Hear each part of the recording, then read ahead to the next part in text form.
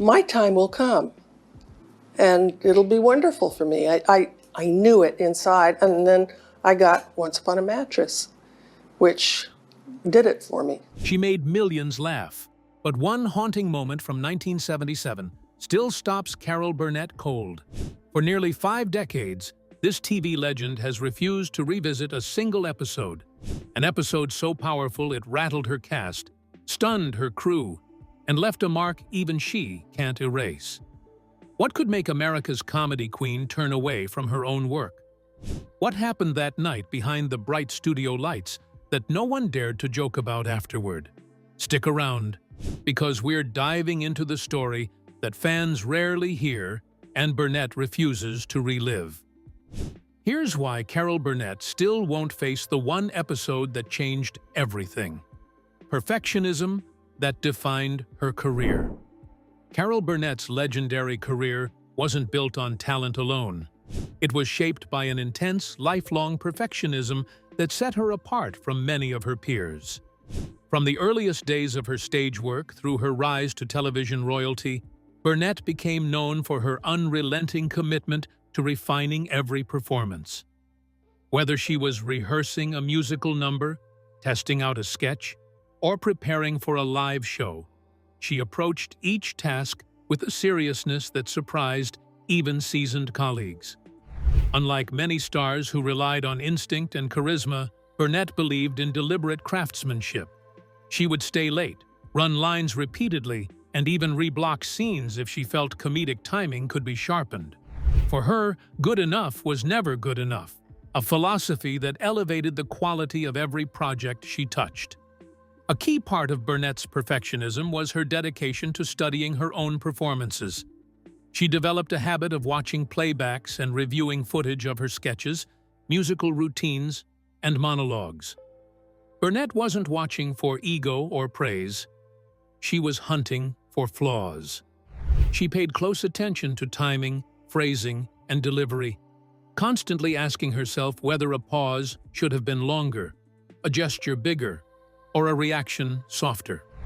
Colleagues recalled how she would dissect a performance frame by frame, noting subtle shifts in audience response and adjusting future shows accordingly. This level of scrutiny helped her master the rhythm of live television, where every second mattered and there were no second chances. Burnett's tireless self-criticism became a hallmark of her professionalism, earning her both admiration and awe from those who worked alongside her.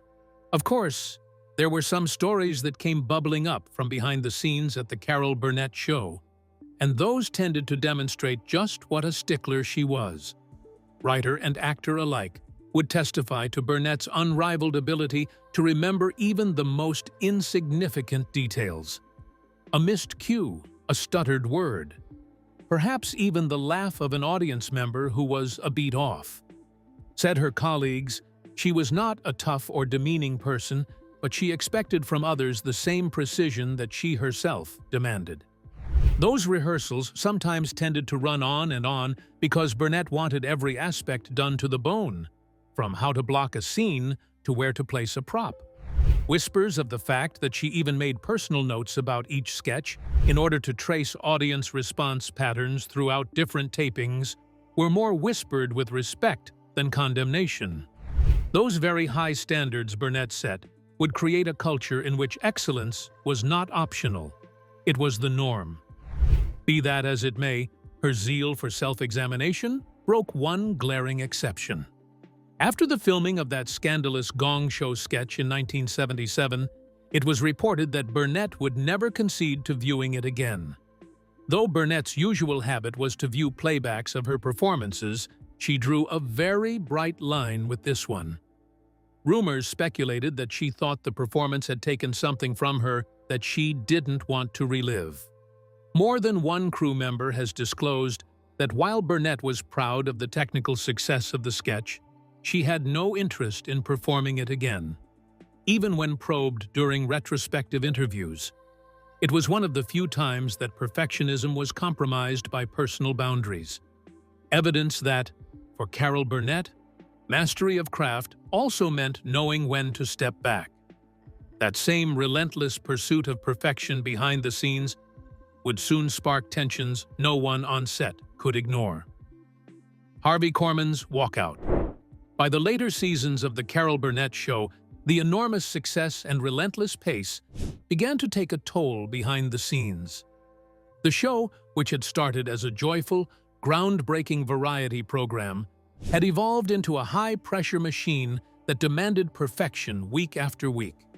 With millions of viewers tuning in and multiple Emmy wins under their belts, the stakes were higher than ever. Writers, performers, and crew members worked long hours to deliver fresh material that met the audience's sky-high expectations. The pressure to constantly innovate, coupled with the stress of live tapings and tight production schedules, created moments of friction among even the closest colleagues.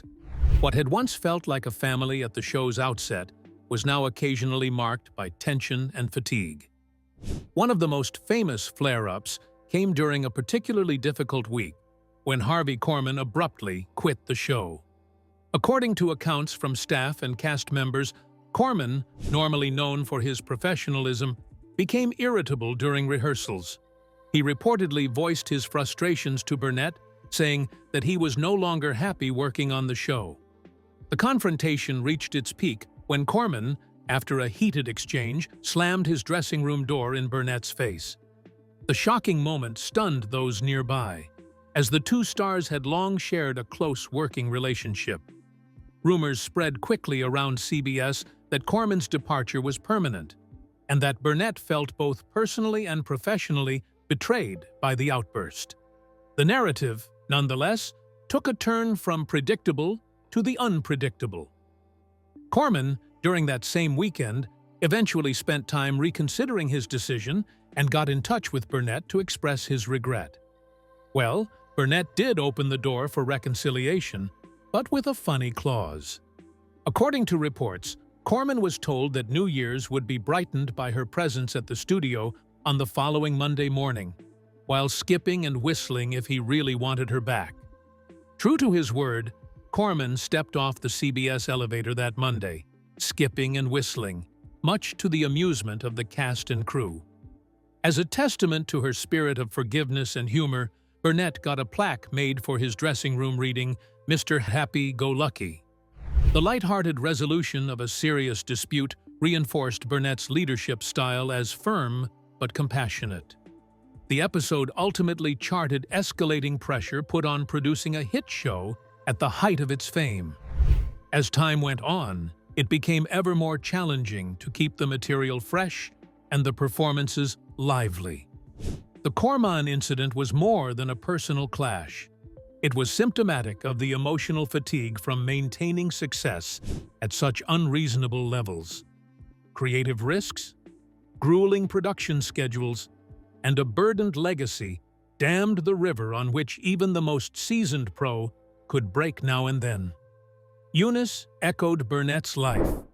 Carol Burnett's portrayal of Eunice Higgins was so raw and emotionally charged because, in many ways, Eunice embodied the ghosts of Carol's own past. Burnett's childhood was marked by poverty and instability, with both parents struggling with alcoholism. Born in San Antonio, Texas, she was raised in an environment where love and security were scarce. Her father worked as a movie theater manager, but couldn't hold down a job for long due to his drinking, and her mother, who had once dreamed of being a writer, was emotionally distant and consumed by her own battles with alcohol. Carol often spoke about how, even as a small child, she sensed that her parents had chosen their addictions over her, leaving her to navigate a world that felt unpredictable and lonely. Those early experiences shaped Carol's deepest fears and longings, many of which found their way into her characterization of Eunice. The desperation Eunice felt for approval and success mirrored Carol's own yearning as a young girl to be seen and valued. Eunice's constant struggle for dignity and recognition, despite repeated humiliation, resonated with the little girl in Carol who had once dreamed of earning her mother's praise or feeling wanted in a home that often felt cold. Burnett understood the sting of crushed dreams because she had lived it, growing up poor in a single room with her grandmother in a rundown boarding house, watching others succeed while she fought simply to survive. Playing Eunice often made Burnett face buried memories. Though intended to be comedic in her dysfunction, the role often weighed heavily on Carol during rehearsal and performance. Actors whispered that sometimes after a particularly heavy scene, Burnett would go behind the stage to collect herself because of how much the role opened really old wounds. It touches such a deep level of emotions and would require well for Burnett to prepare herself before and after. Eunice was not just a mask or caricature, like some of the other characters Burnett played. In many ways, she was an echo of Carol's own struggles with feelings of inadequacy and rejection. Every time she donned Eunice's skin, it was as if she were opening the pages of her life she had worked the hardest to hide. Burnett could not divorce the agony of Eunice from her own personal experiences. The lines between the fictitious character and the harsh realities Carol had known all too well started to merge. This inextricable connection made Eunice very real for the audience and also emotionally draining for Burnett. Not only did Burnett play a woman defeated by circumstance, Eunice, but she was also partially reliving her own childhood sorrow in her early years. For Burnett, Eunice was more than a character in a sketch show. She was a reminder of where that actress came from and of the battles she had fought to rise above it. How the sketch sparked a spin-off.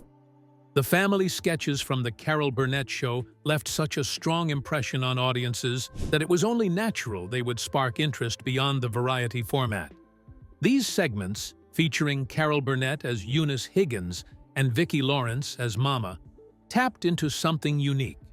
The darkly funny, dysfunctional dynamic of a Southern family struggling with disappointment and resentment.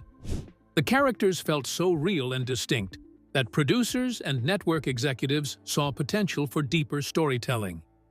This led directly to the creation of the 1982 television movie Eunice, which aimed to explore the character's life in greater detail.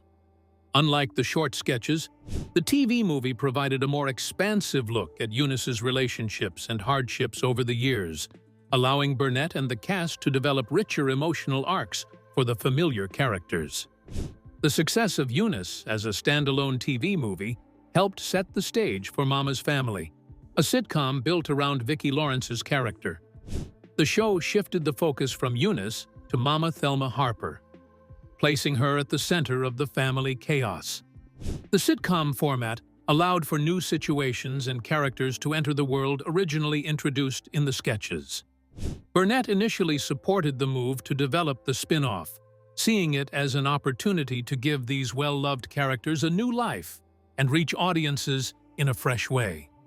She returned to guest star in several early episodes, reprising her role as Eunice to help establish the show's foundation and continuity with the original sketches. Her involvement lent the project credibility and excited longtime fans who wanted to see more of these complex characters. However, as the show evolved, Burnett reported feeling uncomfortable with the tonal evolution. While the original family sketches and the Eunice TV movie balanced comedy with their rawness and emotional truth, Mama's Family moved further toward a broader, exaggerated situational humor. Rumors circulated, having devoted depth and nuance to character, which Burnett once told was increasingly set aside for lighter gags and formulaic plots. Eventually, she distanced herself from the show, showing up less and then completely pulling out at the end. Reportedly, the said decision does not stem from personal conflict, but from the idea that the material was not given that layered storytelling quality that made the original sketches so powerful at one time. Although Burnett departed from the show, Mama's Family had a dedicated fan base that spanned several seasons on network television and subsequently in syndication. Eventually, the program grew wings on its own, and although it was lighter in tone, Mama and her misadventures remained warmly embraced by the fans. While Burnett's influence on the show was no longer direct, it remained a pivotal part of the show's narrative. The characters born in her writing continued to tell their tale, even as that tale moved beyond the original vision of Burnett. This aspect of legacy proved how much and how well adapted the world of the family had become, even if that world did not follow the way of Burnett's creative instincts anymore. Shifting from laughter to drama. The family sketches from The Carol Burnett Show marked a turning point in variety television by demonstrating that comedy and drama could coexist in the same space.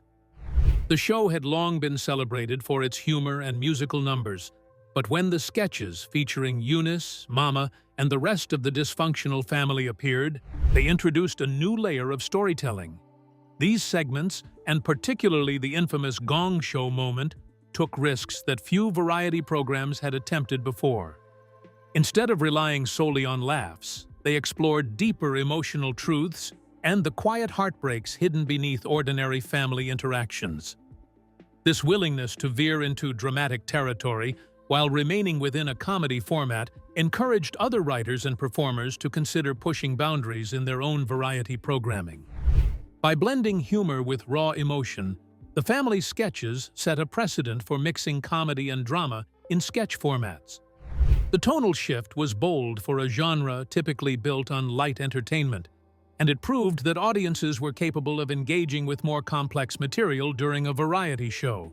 Rumors among TV insiders suggested that network executives were initially hesitant about allowing such serious moments in a show known for its fun and laughter. But the success of these sketches paved the way for more nuanced storytelling on television. The approach influenced the structure of later programs that sought to balance humor with authenticity, showing that variety shows could be more than just a series of disjointed gags and songs. They could tell meaningful stories that resonated beyond the final punchline. Now, the future sketch shows like Saturday Night Live or The Tracey Ullman Show would also take inspiration from that shift. Both were to follow in the steps of The Carol Burnett Show and produced sketches that at times incorporated humor, blended with seriousness or poignancy. Rumor had it that some of the earliest writers of SNL were inspired by the guts of Burnett's crew to tackle emotional stuff in what was conventionally deemed a comedic premise. Likewise, The Tracey Ullman Show often created zany characters with real human vulnerabilities, all a kind of balance which was first probed in the family sketches. These later shows furthered the idea that sketch comedy might be true to its life contradiction, funny and sad, absurd and honest, all at the same time. That daring blend of humor and heartache left viewers and critics eager to voice their reactions in ways no one on the show expected. Public response across time. When the Gong Show sketch aired on The Carol Burnett Show in 1977, it immediately drew critical acclaim for its boldness and emotional depth. Reviewers praised the sketch as a groundbreaking moment in variety television, calling it a rare example of a comedy show willing to take a serious, almost theatrical turn. Many television critics wrote that the performance demonstrated how a sketch could move beyond light-hearted entertainment to touch on deeper human truths.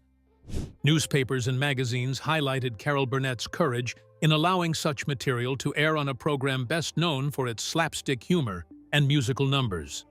Some critics even described it as a turning point for the variety genre, setting a new standard for the emotional range such shows could achieve.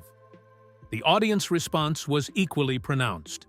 In the days that immediately followed the airing, CBS allegedly was inundated with viewer letters, many of which expressed either shock or admiration for the emotional impact of the sketch. Longtime fans expecting light comedy were also stunned by the solemnity of the program. Some letters referred to the sketch as the most powerful television they had probably ever seen, while others expressed that it lingered with them long after the credits. Rumor had it that CBS received calls from viewers who stated they had been moved to tears by it and wanted to see Burnett and her troupe in more serious work. From the very outset, it was clear that the Gong Show sketch had struck a deep chord with its audience. Thus, variety shows could elicit deep-seated emotions. It is, after all, a decade since it was first seen on television. The Gong Show sketch has featured prominently in television reports, documentaries, and media studies ever since. And both professors and critics often cite that as the primary evidence for the kinds of variety programming which successfully intermingle genres. Content that is not only hard to penetrate, but difficult to bat around.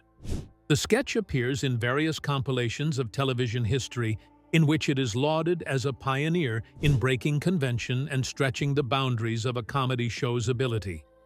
There have even been rumors that some university film and media programs use such a sketch for case studies on the evolution of television formats and the place of emotional authenticity in mass entertainment. The sketch that redefined 1977. The 1977 sketch, often referred to simply as the Gong Show moment, marked a dramatic departure from what audiences had come to expect on The Carol Burnett Show. In this sketch, Eunice Higgins, played by Burnett, auditions for a local talent competition, clinging to a desperate hope that she might finally be recognized for something. But instead of applause or even polite encouragement, Eunice is met with mockery and dismissal. Her bid for success crumbles before a panel of unimpressed judges, leaving her humiliated and broken. There were no punchlines to soften the blow, no comic twist to lift the scene into humor. It was a portrayal of public failure that cut uncomfortably close to real life, showing a side of Eunice that audiences had never seen so exposed. What really made it different from other performances was the fact that Burnett played it completely straight, without her usual comic flair, the gestures and voices, even the over-the-top mannerisms from which her audience had come to know their characters on her variety show were absent. Instead, firmly grounding Burnett's Eunice in the raw honesty of the moment and creating a palpable reality in the delivery of lines with the quiet devastation of someone who realizes at that moment in time that what had just happened was the slipping of a lifelong dream. This act of dropping the whole concept of comedy from the sketch was seen by many in the set as a bold and risky move, very much a winning proof for Burnett's range as a performer. Rumors flew that she would not let any of her performances have humor, because the emotional impact of the scene would then have to hit squarely. Observers claimed the atmosphere at the taping of the Gong Show sketch showed no parallels with anything before in the entire history of the show. While doing lights, the crew members, used to laughter and light-hearted moods, filling the studio with a taping, thought they had seen something beyond their wildest imagination. Many were said to have been moved to tears as the scene unfolded, unable to separate the heartbreak of Eunice from the powerful truth conveyed in Burnett's performance. The usual chatter and backstage banter fell silent as the emotional intensity of the moment took hold. Some who worked on the show later recalled strikingly, to them, it was the first time they ever saw the team so subdued after shooting a scene. Burnett's legacy of honest emotion. Carol Burnett's refusal to rewatch the Gong Show sketch has often been cited as a reflection of her emotional authenticity and honesty as a performer. Unlike many entertainers who analyze their work repeatedly to critique or celebrate their performance, Burnett chose to draw a personal boundary. This decision wasn't driven by perfectionism or a desire to avoid scrutiny, but, according to those close to her, by a need to protect herself from reliving the emotional intensity of that moment.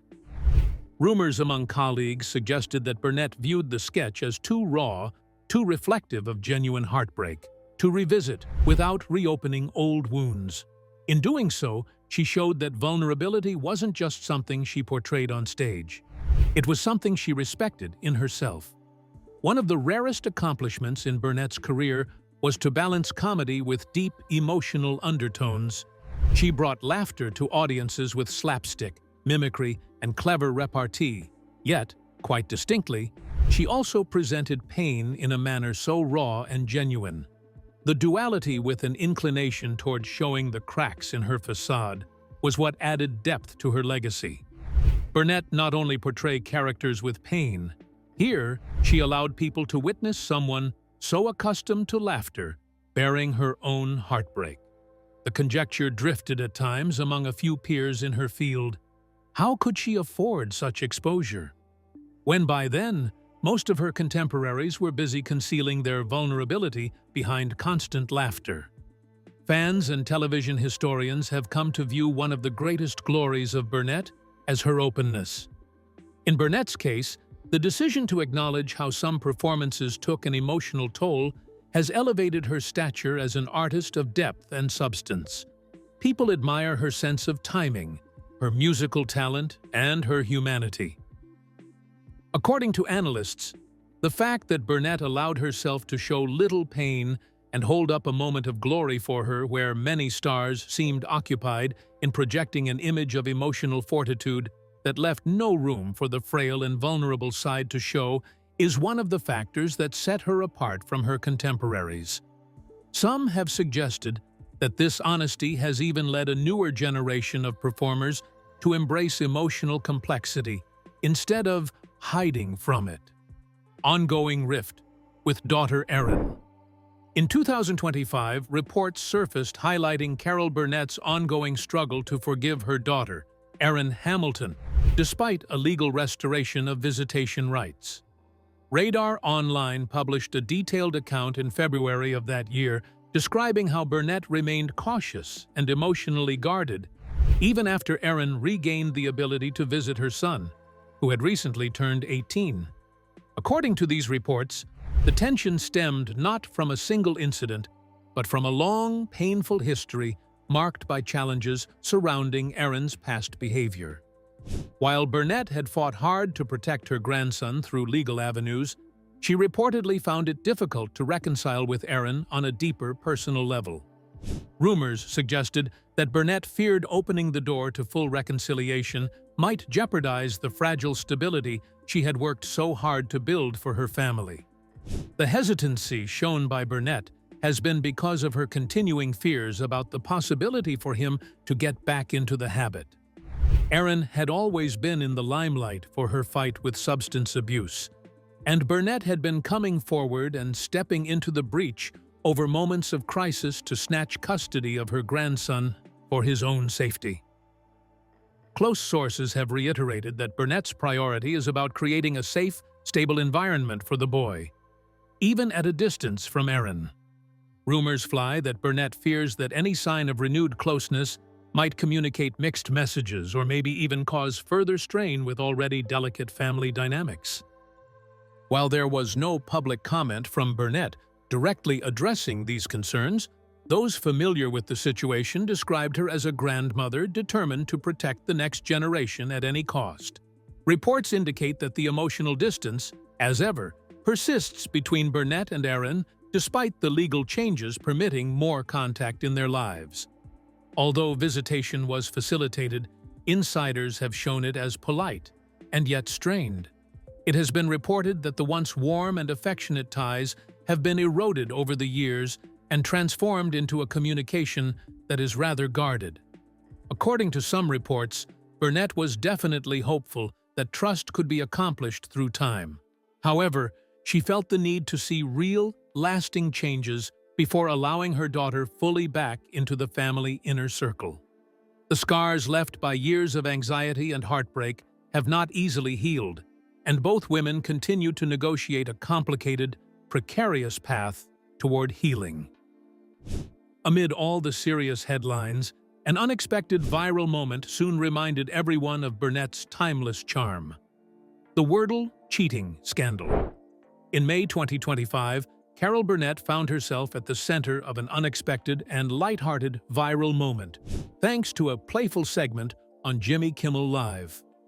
During the show, actress Charlize Theron jokingly accused Burnett of cheating at Wordle, the popular daily word puzzle game. In a clip that quickly spread across platforms, Theron laughingly exclaimed, "She's a cheat," as she recounted how Burnett supposedly received extra hints during their friendly Wordle competitions. The comment, delivered with obvious affection and humor, became an instant highlight of the show, generating laughter both in the studio and online. The moment was clearly meant as a joke, but it sparked an amusing scandal that had fans buzzing. Social media, in particular, TikTok and Instagram, were instrumental in keeping the sense of humor alive. Short clips of Theron's accusation went viral, often accompanied by cheeky captions and hashtags that painted Burnett as an endearingly mischievous Wordle mastermind. The fans remixed the clip using various audio tracks, GIFs, and memes sprinkled around the internet in a flurry of fun. Skits involving users pretending to be Burnett, giving cryptic Wordle hints, were posted on TikTok, while Instagram reels were filled with funny reenactments of imagined Wordle showdowns between the two stars. The virality of the clip proved how social media could transform an off-the-cuff remark into something that resembles a commentary, with discussions about an incredibly active and horrifying 92-year-old trending among the audiences who hadn't even been born during her original time on television. Such scandals of the Wordle cheating guys nigh revivify Burnett unto the younger pop public, who have heard the name but little of the lady's career. Teenagers and young adults not acquainted with the Carol Burnett show, yet familiar with her decades of war, got to know her through this playful controversy. Posts on fan forums suggested that some believed maybe she had a Wordle answer key, though in a completely good-natured spirit. Many went searching online for her comedy and acting clips, and all of a sudden, she was back in many people's minds. Some social media users even noted that this was their first encounter with Burnett's humor and charm. If you found this story as surprising as we did, hit that like button, drop a comment below with your thoughts, and don't forget to subscribe for more untold moments from TV history. And hey, don't stop now. Click on the next video on your screen to uncover more fascinating behind-the-scenes stories. Thanks for watching.